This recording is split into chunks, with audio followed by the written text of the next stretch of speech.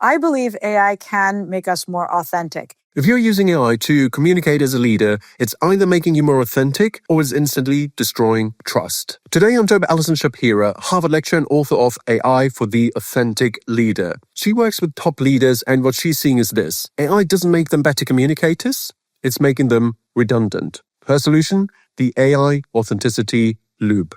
This is not keeping the human in the loop. The human is the loop. So in this episode, you will learn how to use AI so that every word you say actually sounds like you. How can leaders use AI strategically to enhance their communication? It starts with being intentional about how you're using AI, because most leaders I'm finding are either not using AI enough or they're overusing AI, and it's causing them to lose the trust of the people who report to them. So I want them to be able to use it with intention so that they can ensure that they come across as their authentic self as opposed to sounding like something written by AI. Yeah, that makes sense. But what does overuse look like, or what does underuse look like? Let's start with underuse. Some leaders I've worked with are saying to me, Allison, you know me, I'm all about authenticity. I don't even want to download ChatGPT to my computer. To which I respond, well, you don't actually have to download it. You can use it from your browser. But it's showing there's this reticence to even touch it. And then on the other hand, they're overusing it, as in having AI draft their messages or presentations for them. And then when they deliver those messages fall flat because it sounds like they were written by AI. And we're seeing new research emerge showing the destructive force of that on trust. So I really want leaders to be aware of the risks of overusing AI as well. Yeah, the research, as far as I know, suggests that if your team believes your message was written by AI, trust decreases, right? And it's hard to recover from that because obviously the next message they receive will also be under suspicion of AI use. That's right. And I also believe that this is a short-term transition point as we start to use AI more frequently. I think in 2 to 3 years, no one's going to ask if you used AI to write a message, because of course you did. Just like you used Grammarly to spell check, you're going to use AI, but the tools will be better and we'll be better at using them. But in the meantime, there's this sharp judgment when we don't use it correctly. That's interesting. I hadn't thought about it, but you're right. I mean, everything will be integrated, right? So whether you use Gmail or Outlook or whatever it is, AI will probably just suggest a draft to you and we become less writer and more editor. Yes, and I also think we have to be very careful about ensuring the first draft does come from us, which is something that I write about in my book, because I want leaders to know that when it comes from you, when it starts with you, it's much more likely to be you once it's received, that message is received by your audience. So I don't want them to use AI to write the first draft. That's really important to understand. And this comes back to your model, which is the AI authenticity loop. So walk us through. Why I developed the AI authenticity loop is because I noticed leaders were, again, either not using AI at all or overusing it. And I wanted to give them a clear and simple process they could use anytime they need to communicate a message. So the loop starts with you. You have an idea, a challenge, a need to communicate. You draft the first message. It doesn't have to be perfect, but it has to come from your brain, because we know that writing is thinking. And if you have AI write the first draft, then you skip all of the nuance and strategy that goes into choosing what words to say.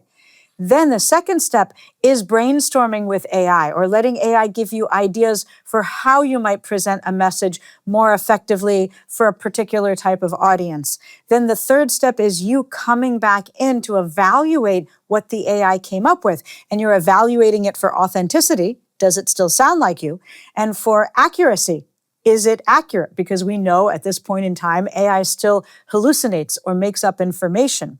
The fourth step is when we bring in AI again for feedback on our message. You can use the voice feature of whatever AI tool you use to role play a difficult conversation or a presentation and get feedback from the AI. And I use a variety of different tools for that. Then finally, you ultimately are the one who stands on stage or delivers a presentation via Zoom or any other medium. You take responsibility for those words and the impact you have. You inspire others to come up with their own ideas, and the loop starts all over again. And as I say, this is not keeping the human in the loop. The human is the loop. It's the loop. Brilliant. And so in a way, if I think about this in percentage terms, there's also the 10-80-10 model. And this sounds similar, so more sophisticated, but similar, right? So the first 10%, that's us strategizing, thinking about what we want to get across, the key message, the audience, what we want the audience to know, feel, and do. Then let AI do some of the heavy lifting back and forth. And at the end, our judgment, our quality control kicks in. And we make sure that the outcome is authentic. Is that a fair summary? I believe 80% is way too much to outsource to AI. So I don't know that I would have a specific percentage to bring in there. I'd like to see 20% AI in the beginning and maybe 10 to 15% on the back end with humans in the middle. And I can't do the math on that while we're recording, but that's what I would say. Okay, perfect. Can AI make us more authentic? I believe AI can make us more authentic. And when I say authenticity, I have to acknowledge authenticity is not always a good thing. You can be authentically lazy or authentically unprepared. For instance, Or moody. or moody. I'm authentically impatient when people waste my time. It doesn't mean I'm going to be effective as a leader when I act on those emotions. So Yeah. I define authenticity as speaking and acting in alignment with your values. Mm-hmm. So when you define authenticity by those parameters, then when AI helps you speak more in alignment with your values, AI can make you more authentic, as in it can help you more consistently bring out your best self as a leader, as opposed to letting your emotions and your impulses control you and cause you to say something you didn't believe and don't represent. I think that's the perfect definition of authenticity, and similar to the one I'm using. I would also add that in the corporate environment or many big organizations, people have unlearned authentic behavior, authentic communication in many cases. So they created habits around inauthentic communication. And then when it comes back to acting in an authentic way, when you think about it, it means we then have to practice being authentic, practice being ourselves. I know it sounds absurd, but I've seen this many times that the authentic person, the authentic communicator is underneath a layer of basic corporate education in our education systems and so on. Is that also what you're seeing?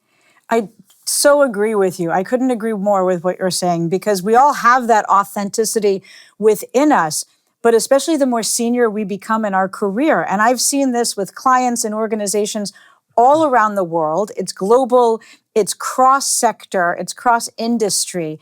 As we move up in our career, we learn to put on these corporate layers to survive. And so what we need to do as we move into these more senior leadership positions, assuming we want to build trust with people, is we have to remove the layers that we wear that aren't ours. And I call that restoring faith in your leadership voice, because you have it. You've just abdicated it to someone else. I love that. Yet we need to be careful about trust, right? At the beginning, you said that if we're overusing AI or using it the wrong way, trust can become an issue. So how do we protect the trusted relationship we have with our peers, customers, team members? I believe that authentic communication builds trust, because authentic communication is how we connect with others. And that connection then builds trust. And when we speak and act in alignment with our values, we're building trust as well. How does that relate to AI? Well, when we're using AI, I think it's important that we share with others how we're using AI so that we can normalize AI use, and together we can decide where the boundaries are. So I believe right now we are rewriting the rules of effective communication and even the rules of leadership. And I want to be able to take an active role in defining where those boundaries are. It's up to leaders to say, here's where I see the boundary. Here's what I think is acceptable. Let's have a conversation around how we're using AI and show how we're using it in alignment with our values. And that transparency of the process is what builds trust. Absolutely. And trust is, of course, also built in these difficult conversations, right? So let's say I need to give difficult feedback to a coworker, to someone on my team. Is it advisable to use AI for that? Knowing that it can't feel empathy, right? It doesn't have feelings. It can emulate them, but it doesn't have them. So is it a good advisor in these, let's say, difficult social, interpersonal situations? AI can be incredibly helpful in difficult situations and difficult conversations when used with intention. And I'll give you an example. A number of years ago, I changed the structure of my business. And as a result, that decision required letting go of a number of people who worked for me. Now, that's a terrible conversation that nobody wants to have. And what I did in that situation is I used the AI authenticity loop to prepare for those difficult conversations. I drafted the messages myself. I got feedback from AI based on what I knew to be the personality traits of the people I worked with. I then refined my arguments myself, and then I role-played each and every difficult conversation out loud with AI, and then asked that AI to give me feedback on how well I spoke that was in alignment with our company values. So I don't care if AI can feel it or not. AI knows what those values are and can then help me reflect back how I'm coming across. Now, did AI have the conversation for me? No, I disagree with that use of AI. Did it help me show up as my best self? Yes. The conversations were still incredibly painful, but I knew at the end of the day that I had done everything in my power to show up as the best, most empathetic leader I could be, so that I didn't let my emotions take control of me and lead me to say something that I didn't actually believe. So AI was critical in that situation. Yeah, I agree. It is way more advanced than people think. And I think what people struggle maybe is prompting it right and giving it all the context and information, the personality types, the values, etc. I read about a study even that showed that patients preferred the feedback or the information they received from AI compared to real doctors, right? That's right. I know that study. Yeah, I mean, it's crazy, right? But I'm not sure. Does it say more about AI or about doctors? What's your interpretation of the study?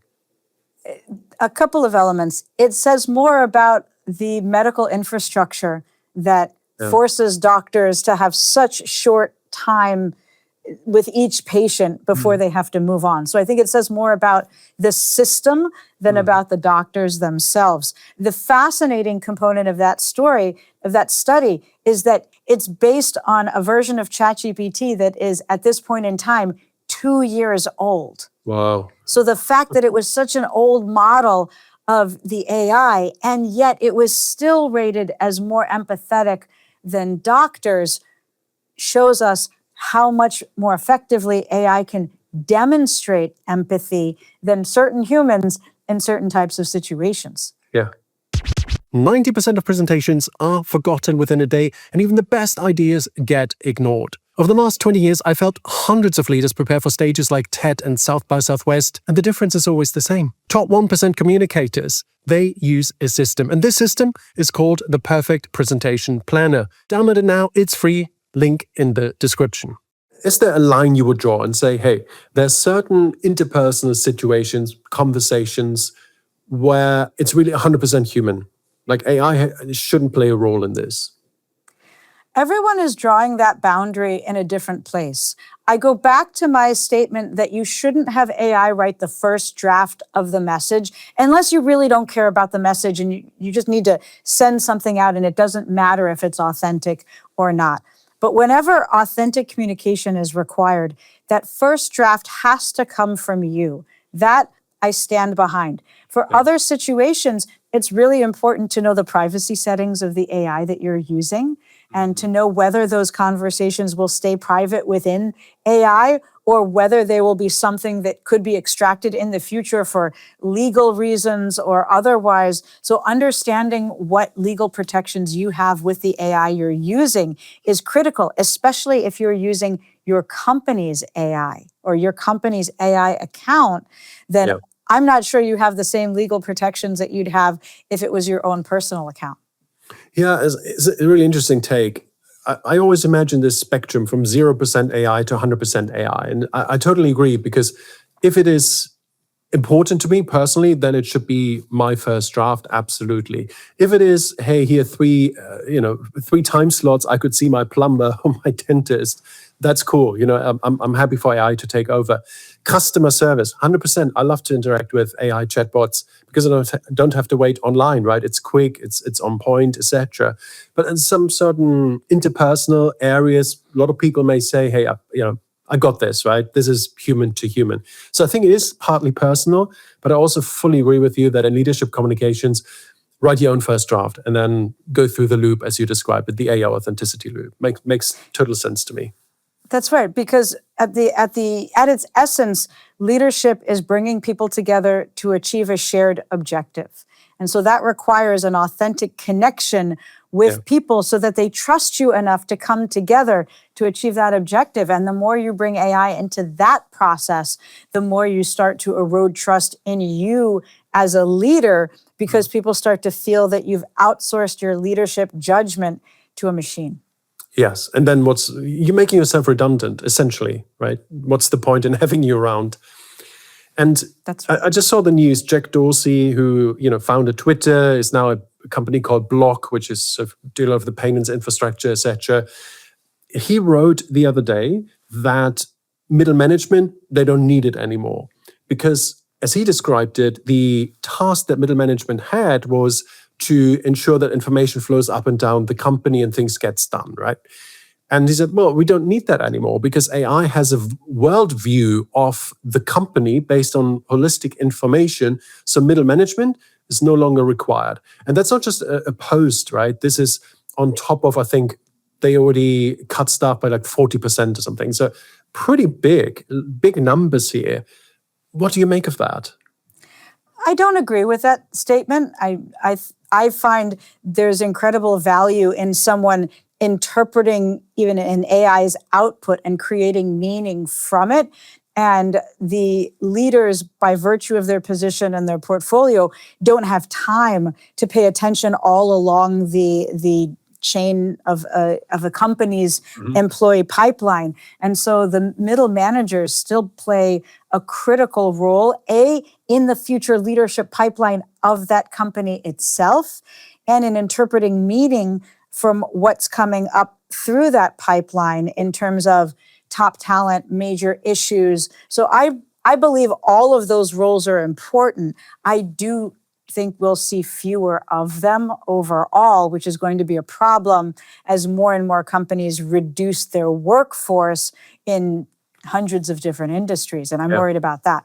Yeah, I agree with you. I think my interpretation is very similar. And I would add that if your role as a middle manager really is just cascading information up and down the chain, then I would worry. But I don't think that fairly describes what most people are doing in organization. As you said, it's much more multifaceted. It's about talent. It's about being an early warning system, so getting things done. It's not just about the flow of information. Exactly. I agree with you. With all this in mind, though, do you think leaders need to change their mindset or shift some beliefs when it comes to AI in communications? It's critical that leaders realize AI is not the problem here. Leaders' misuse of AI is the problem. And so what's happening is we're tending to assign blame for any leadership deficiency on the AI, when really what's happening is leaders are using AI to scale bad decisions, to scale an inauthentic voice. So what I'm advising the executives I work with, whether it's in a keynote or one-on-one, is to be intentional about their authentic leadership before they scale it with AI. Because we've all been in the situation where we said something that we didn't intend to say, and others took action based on it. And we had to come in and say, wait a second, that's not what I meant. But if you're giving instructions to an AI or a series of AI agents that are then going to take exponential action based on your misstatement, that's not an issue with the AI. That's your lack of clarity. So what leaders need to understand is that it ultimately comes down to the quality of their leadership, which determines whether their AI use is effective or not. Yeah. And how immersed are the leaders you work with when it comes to AI and communications? Is it natural or is it still, not quite sure yet? It's so funny that you mentioned that. The reason I wrote the book is not because leaders were asking me about AI. I wrote the book because not enough leaders were asking me about AI. And I would ask them in our one-on-one sessions that are about leadership communication. I'd ask them, how are you using ChatGPT or Copilot? And they would say, oh, we're not allowed to use it here in the office. Or they'd say something like, oh, the IT department is looking into it. And I realized I knew I have been studying AI for 8 years. I've been using it in my business for 5 years, well before generative AI came out. I could see what was coming. As much as anyone knows what's coming, I could see the trends. And I realized they had to start taking this seriously. And that's why I wrote the book, to guide them in how to start to use these tools effectively without losing trust, and to help them think differently about how to prepare for the future, because ultimately they have to help guide their organizations and their countries through this next stage in human development. And I wanted them to be prepared. I guess you still hear a lot of objections, right? It will make us stupid, or it's, what am I here for? Probably lots of objections. What do you say to leaders who struggle for probably emotional reasons to take a good hard look at AI and make it useful for them? It's so interesting that you ask that question, because leaders are concerned about AI for a number of reasons. They're concerned about what jobs their kids will get, or what their kids should study before they go into the workforce. So they're worried on a personal level. They're questioning whether or not their own job will be irrelevant as AI takes over more roles in the economy. They worry about the enormous pressure they're under from their boards or investors who want them to cut costs and create efficiencies using AI. But is the AI ready for it? And then at the same time, they're underestimating what's coming next. They don't realize the exponential nature of what's happening. And it's Demis Hassabis himself, the founder of DeepMind, which was bought by Google, who anticipates the AI revolution to be 10 times as big as the Industrial Revolution and happen 10 times as fast. Whoa. Now, that's one perspective, but from someone deeply aware of the capabilities of these tools and actively building these tools.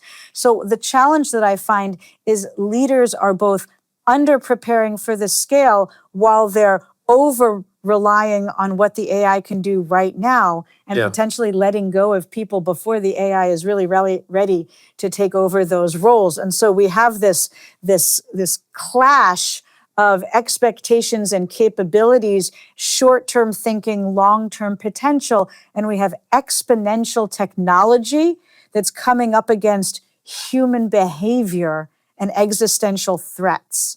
And all of that is leading to this chaotic environment where leaders are bombarded with information and they have to find their personal path through the chaos. They have to find their personal path. I totally agree. What I often observe on top of what you describe is that leaders use AI to solve easy problems, right?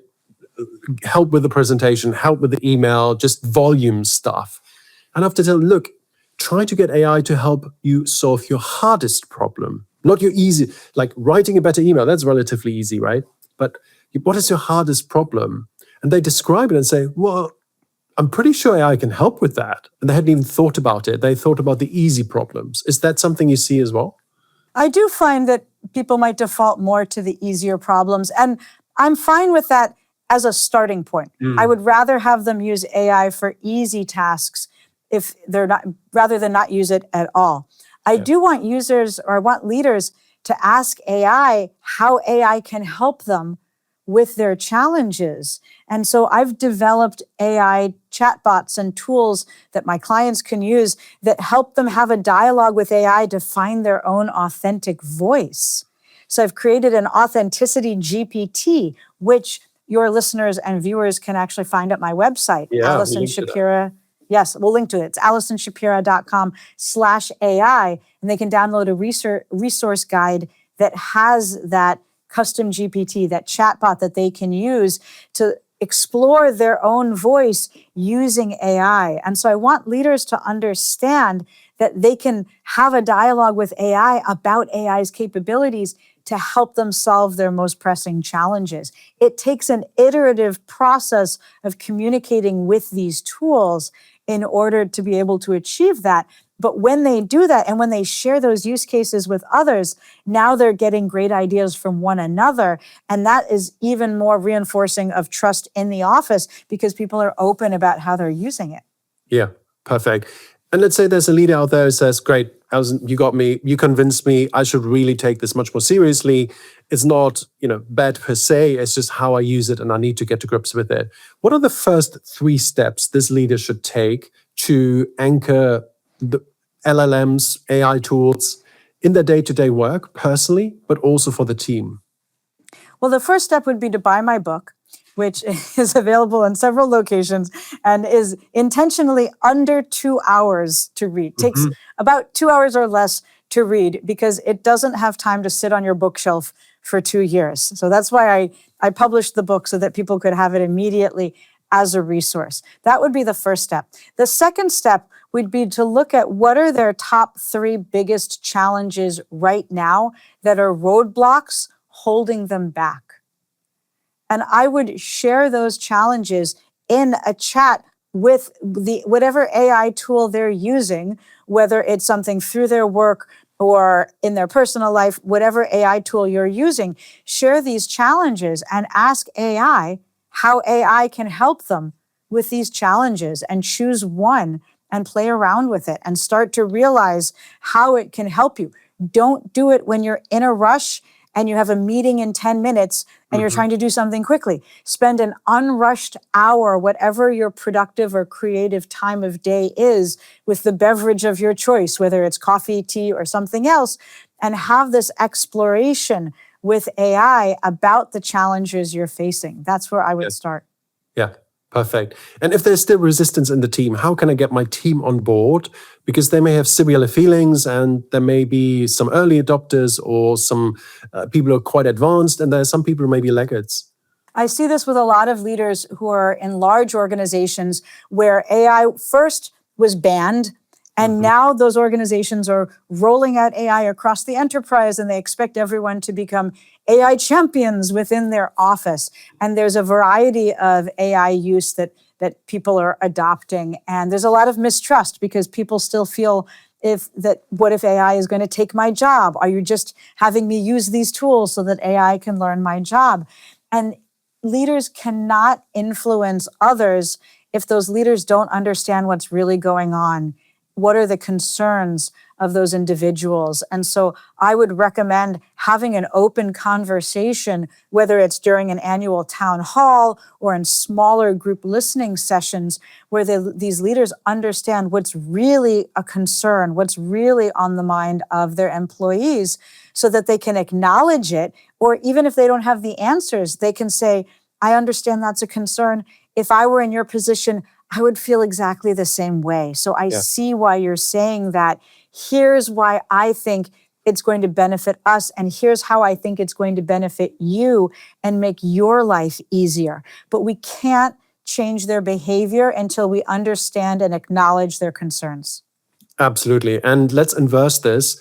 What some leaders do, and I'm sure we agree on this, cannot recommend if you go in and say something along the lines of, everything is changing, AI is changing our industry, we need to adapt. If we don't adapt, we are screwed. So here's the plan, do it. It doesn't create a very safe work environment, and it creates an atmosphere of fear that I believe inhibits creativity. So I don't find that to be effective. Now, healthy competition within the office is a great way of getting people excited. And maybe you even gamify the use of AI and see which division, which market does it better. So then you're gamifying it, but creating an atmosphere of existential fear and intimidation doesn't typically work as a driving force. Yeah. I agree. Allison, so good. Where can people find out more about you, about the book, and keep up with everything you're doing? People can find me on my website, AllisonShapira.com, which I know you will link to at the bottom, so they'll see the spelling of my name. It's right here on the overlay. And I also encourage people to reach out to me on LinkedIn. I'm very active, I'm very responsive, and that's a great way for them to dialogue with me, whether they have questions about AI and authenticity or how leaders build trust and influence through their communication. I would love to connect and hear how people are grappling with this issue as we go through an incredible transition in our economy, in our society, and in human development. Absolutely. This is always my final question. What's your best piece of communication advice?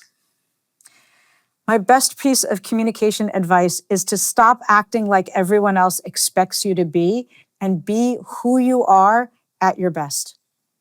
Love it. Allison, thank you. My pleasure. What a treat to be with you. Thanks. Thanks for watching. If you like this episode, please subscribe to the Speak Like a CEO channel. It means the world to me and it helps us keep bringing you world-class insights and guests.